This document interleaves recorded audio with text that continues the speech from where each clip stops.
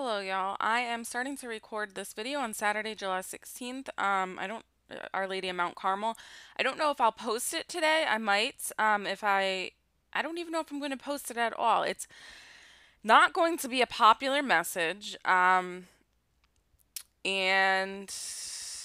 I don't know. I feel like I need to talk about it anyway. Something I was trying to get a bearing on were dates of, when did America become a superpower? When did like the satanic century that was so prophesied start and things like that? And I don't really have solid answers to these questions, but there is a theory I would like to put forth, and you decide for yourself. The first thing I want to do is I want to read the famous vision of Pope Leo the 13th. And this vision was on October 13th, 1884. So remember the date 1884. Pope Leo the 13th had a remarkable vision 33 years before the miracle of the sun would take place at Fatima. Wow, 33. What could that be pointing to? Okay, so we're doing a 33-day consecration to pray against the 33 degrees of Freemasonry every day. So that's the first thing that stuck out to me, and I believe that's very important. When the aged pontiff had finished celebrating Mass in his private Vatican chapel, attended by a few cardinals and members of the Vatican staff, he suddenly stopped at the foot of the altar. He stood there for about 10 minutes as if in a trance, his face white. Some accounts are more dramatic, saying he collapsed in shock and looked as if he were dead. After this strange incident, he immediately went from the chapel to his office where he composed the now famous prayer to St. Michael, with instructions for it to be said after all low masses everywhere. When asked what had happened, he explained that as he was about to leave the foot of the altar, he suddenly heard voices. Two voices, one kind and gentle, the other guttural and harsh. They seemed to come from near the tabernacle. As he listened, he heard the following conversation. The guttural voice, the voice of Satan in his pride, boasted to our Lord, "I can destroy your church." The gentle voice of our Lord, "You can, then go ahead and do so." Satan, "To do so I need more time and more power." Our Lord, "How much time, how much power?" Satan, 75 to 100 years, and a greater power over all those who will give themselves over to my service. Our Lord, "You have the time, you will have the power, do it then what you will." Some accounts tell that Pope Leo also saw the demonic century, the wars, the genocides, and the schisms that would occur, the demons attacking the church, and finally witnessing St. Michael casting them down. In 1886, Pope Leo XIII decreed that this prayer to St. Michael be said at the end of the low Mass, not high or sung Masses throughout the Universal Church, along with the Salve Regina. Also, 3 Hail Marys and the prayer, "O God, our refuge and our strength." Later, Pope Pius XI changed the intention of the prayers that they now be recited for the conversion of Russia. Allocution of June 30th, 1930. In this allocution, after reminding all to pray for Russia and of the religious persecution in Russia, he closed with the following sentence: "Let us proclaim the prayers that our great predecessor Leo XIII directed all priests and the faithful to pray at the end of the Mass, for the particular intention of the conversion of Russia. Let all bishops and clergy so inform everyone who is present at the holy sacrifice and remind them often." The practice of the congregation praying these prayers at the end of Mass continued until about 1970, with the introduction of the new rites of the Mass. Of interest, it would seem that the mystic Marie-Julie Jahenny not only foretold the general contents of his vision 5 years and 10 months in advance on August 19th, 1878, but apparently predicted 4 years in advance on July 7th, 1880, that hell would reduce to ashes the prayers Pope Leo had composed and ordered to be said at the foot of the altars in conclusion of every low Mass. And that's from the Great Monarch and Angelic Pontiff Prophecies site. Okay.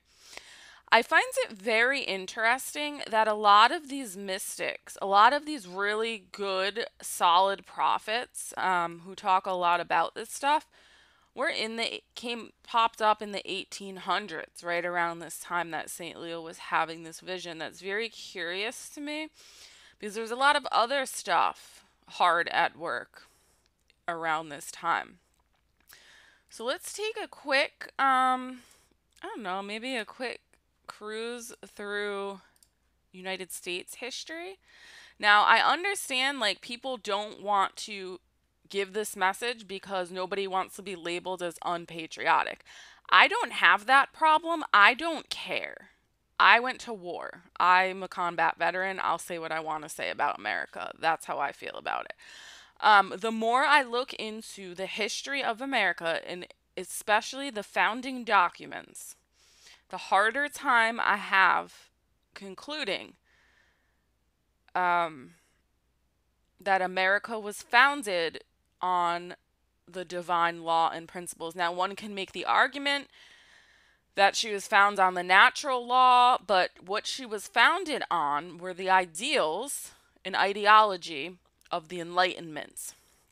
In particular, the ideas of the Enlightenment that came from the Masonic lodges. That is not debatable. It is, and I understand, like, you know, even Father Chris pointed out that there's only like 14 presidents or something like that that were actually practicing Masons. That's fine, but one cannot debate the fact that the ideas are Masonic. The ideas, the Constitution is Masonic. Sorry, but that's the truth. I find it interesting. Never mind, I won't get into that. But so even if there's only a small select of presidents that were actually practicing Freemasons, the environment was directed to it was more conducive to breed Masons than Christians. I'll just say that. And let us not forget that the most amount of practicing Masons, I guess you could say, are in America. America has currently the most Freemasons of any other country in the world. Now, I don't know how that boils down with percents because obviously we have a pretty big population compared to some of the smaller European countries, but that's just a fun fact. I think it's like astronomical. It's like 4 million out of the 6 million or something like that. A lot of the powers that be, the New World Order powers, have gotten rich because of America. So I want to just say that. I have no love for my country. I'll be honest with you. And I shouldn't say that. I have love for the land. I have love for the people. I have no love for the governing system. I have no love for the ideas it was founded on. None. So I hold no punches. You can call me anti-American. You can call me what you want. But I follow the truth. And sometimes you have to come face to face with some really hard truths. So let's look how the USA became the only superpower of the world. Actually, that's not. So this is prior to the Second World War, and I think it's interesting that Our Lady warns of the Second World War. And so a lot of people will say that at that time, after the Second World War, the United States became the only superpower. But the seeds were planted long ago, before that, a long time before that. And a lot of historians, so this is from Department of State, the Office of the Historian, says the following. 1898, so just within the pontificate of Pope Leo XIII, 14 years after his vision, the birth of a superpower. The global equilibrium, and this is very interesting, which had allowed the United States to grow and prosper in virtual isolation since 1815, was gone forever as the result of a short but shattering war. In 1898, U.S. domestic support for the independence of Cuba enmeshed the United States in a struggle with Spain. Catholic Spain, where Christopher Columbus came from and found America, and in a lot of ways, the Americas, in a sense, were stolen in a way, at least the United States, from the Spanish, from the Catholic Spain to Protestant England. and the Masons. The decision to aid the Cuban resistance was a major departure from the traditional American practice of liberal nationalism, and the results of that decision had far-reaching consequences. The 1898 Treaty of Paris, ending the war, gave Cuba its independence and also ceded important Spanish possessions to the United States, notably Puerto Rico, the Philippines, and the small island of Guam. The United States was suddenly a colonial power with overseas dependency.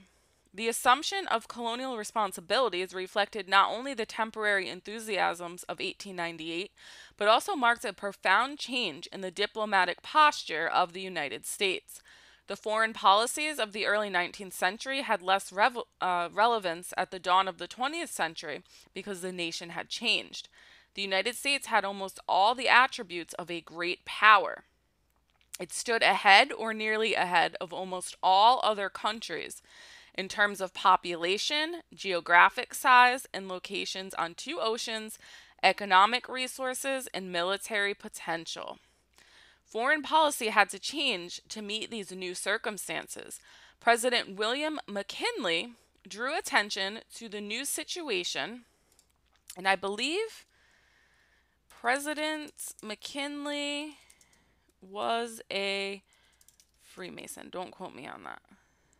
Yes, President William McKinley was a Freemason. Fun fact. So, President William McKinley drew attention to the new situation in the instructions he gave to the delegation of American statesmen who negotiated the Treaty of Paris. We cannot be unmindful that without any desire or design on our part, the war has brought us new duties and responsibilities which we must meet and discharge as becomes a great nation on whose growth and career from the beginning the rulers of nations has plainly written the high command and pledge of civilization. Another contemporary observer, George L. Rives, extended this interpretation. Whether we like it or not, he wrote, it is plain that the country is now entering into a period in its history in which it will necessarily be brought into far closer and more complex relations with all the other great powers of the world, an outcome that would have established a foreign policy outmoded. We shall now and henceforth be looked upon as having cast aside our traditional attitude of isolation. Fascinating, the proximity of the time. You know what else happened shortly after Pope Leo had his vision? Well, I'll tell you. The Statue of Liberty.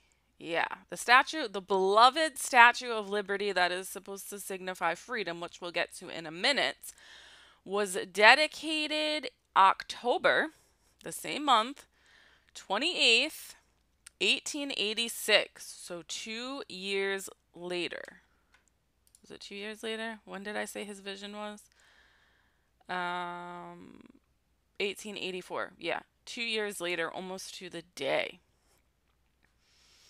So let's read about what the Statue of Liberty is, and let's read about it from the viewpoints of not of America, not of immigrants, but of the Freemasons who claim that the Statue of Liberty is Masonic. So this is from freemasonrymatters.co.uk. And this is all about how to become a Mason, Freemasons' COVID-19 response, blah, blah, blah, blah, blah. King George VI, the King and the Crafts. I mean, they got some interesting stuff on here. So this was written, wow, 16 July, Our Lady of Mount Carmel, 2015. What are the odds, right? So the Statue of Liberty and Freemasonry. For over 120 years, the Statue of Liberty has been well known all over the world, and it is especially impressive to those who approach New York by ship. To many thousands of immigrants who were landed at the neighboring Ellis Island, she was a symbol of freedom and new opportunity. But many don't realize its Masonic origin and connection. Indeed, its full and proper title is the Statue of Liberty and Freemasonry, but in non-Masonic terms, Liberty Enlightening the World. Let's just stop there right now. Isn't that what America stands for? Isn't that why we go to all these wars? Isn't that why I lost friends in Iraq? Because we were trying to bring them out of the darkness and bring them into the enlightenment of democracy and republics and all that. Isn't that what that's what we claim our claim to fame is? Yeah.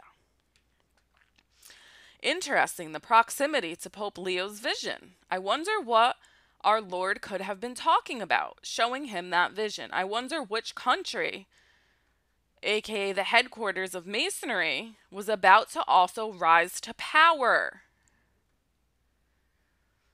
Again, I'm not saying I have the timelines worked out. I understand it's well over the 100 years since that time. But if we want to look at the seeds being planted in the 1800s, America really becoming the only superpower after World War II, then do the timeline for yourself.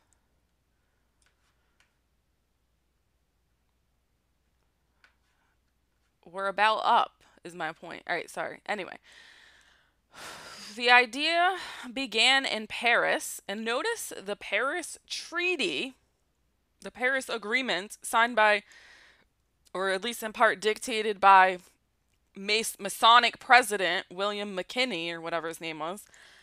Notice the name. And that was the first step in America becoming a world superpower. Again, I'm not saying that that's exclusively what our Lord was talking about, but it's interesting. It's very interesting. So the idea began in Paris in about 1870 when a small group of French Masons considered that it would be a splendid gesture on the part of liberty-loving Frenchmen to acknowledge their friendship to America by presenting a suitable memorial. You see, America would probably not have won its freedom from the British during the American Revolution in 1776 without the help of the French. And we learned about that in one of the other videos I did, and how that actually bankrupted the King of France and led to his downfall and allowed France to be overtaken by Masons. Yeah. It was they, the French. I think that video is called The Rise of America or The Rise of America and the Fall of Monarchy, something like that. It was they, the French, who provided arms, ships, money, and even men to the American colonies, resulting in the break from we Brits, and this is obviously a British lodge writing this, and America's independence. Celebrated every year on the 4th of July, so at the small dinner party in Paris, when admiration was being expressed for America's success in establishing a democratic government, talk moved to the close historical ties and the love of liberty shared by both nations. And what love of liberty translates into is love of the Enlightenment ideas. Their version of liberty, not liberty through Jesus from sin. That's not what they're talking about. They're talking about throwing off the yoke of Christianity. Bro Edward Rene Lefebvre, I don't know how to say that, suggested to whoever, one of his guests, that as an artist and sculptor, he might consider designing a great monument as a lasting memorial to independence and human liberty. So was the seed of inspiration that would become the Statue of Liberty. The group suggested that Bro Bartholdi should go to America and try to make arrangements. Although he was a wealthy man, having inherited money from his landowning father, no serious thought had been given to the raising of any funding for a monument. Thought had, however, been given to a presentation date. An initial aim was 4th July 1876, only some 6 years away, but the date of America's centennial. So 1876 was obviously 100 years of America's existence. 1884. Okay, that was just me getting distracted. So Bartholdi, who hadn't even a rough drawing of the proposed new monument, took up the Masonic challenge and set sail aboard the steamship Perrier. Entering New York Bay and staring at the skyline, he had a vision of a magnificent goddess holding aloft a torch in her hand and welcoming all visitors to the land of freedom and opportunity. With paper and brush, he quickly sketched in watercolor the idea of his statue, much as it appears today. So I guess my point is, when this comes falling down and crashing down just like the guidestones did, don't get upset. So just he immediately aimed to make this symbolic structure the tallest on the New York skyline. Soon after his return to France in early 1874, with 4 years wasted already, the Franco-American Union was formed to raise funds for the project. Because the statue would be prohibitively expensive to build, it had been decided that its cost should be shared. France would pay for the statue and America would raise money for its pedestal and foundations. The fund was launched in France in late 1875. In the newspapers, and elaborate fundraising events were staged with banquets and gala performances at the opera. Money was slow in coming. However, enough was collected to begin work on the statue, but the goal of completing it in time for America's 100th anniversary was impossible. However, Bartholdi had begun work on the statue at once. Assisted by 50 men working in shifts, he made a 4-foot cast in clay, then increasingly larger copies, finally up to 36 feet, while the finished product was to be a towering 151 feet tall. His model for the face of the goddess of liberty was his mother. He chose Gadget Gauthier and Company in Paris as his workshop. Their craftsmen were experts in the art of repousse, a technique for creating sculptural forms by hammering sheet metal inside molds. Stone and bronze had been rejected as too heavy and too expensive. Later than cast metal, repousse was the only method available to allow such a monumental work to be shipped overseas.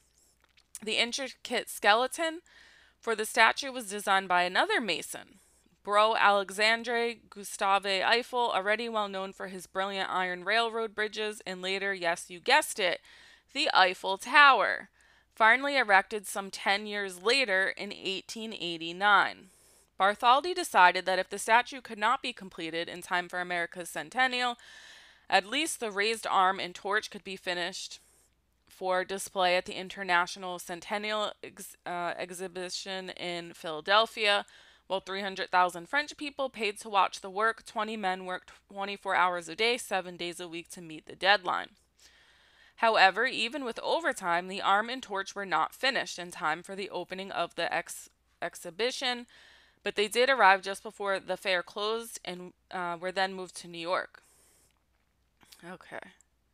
On 4th July 1876, the day that the presentation of the completed work was planned, Bartholdi rather superstitiously went to Bedloe's Island, the site now chosen for his statue. While there, he remarked that it would be nice if the name might be changed to Liberty Islands. 50 years later, in 1924, in fact, the name was changed from Bedloe's to Liberty Island.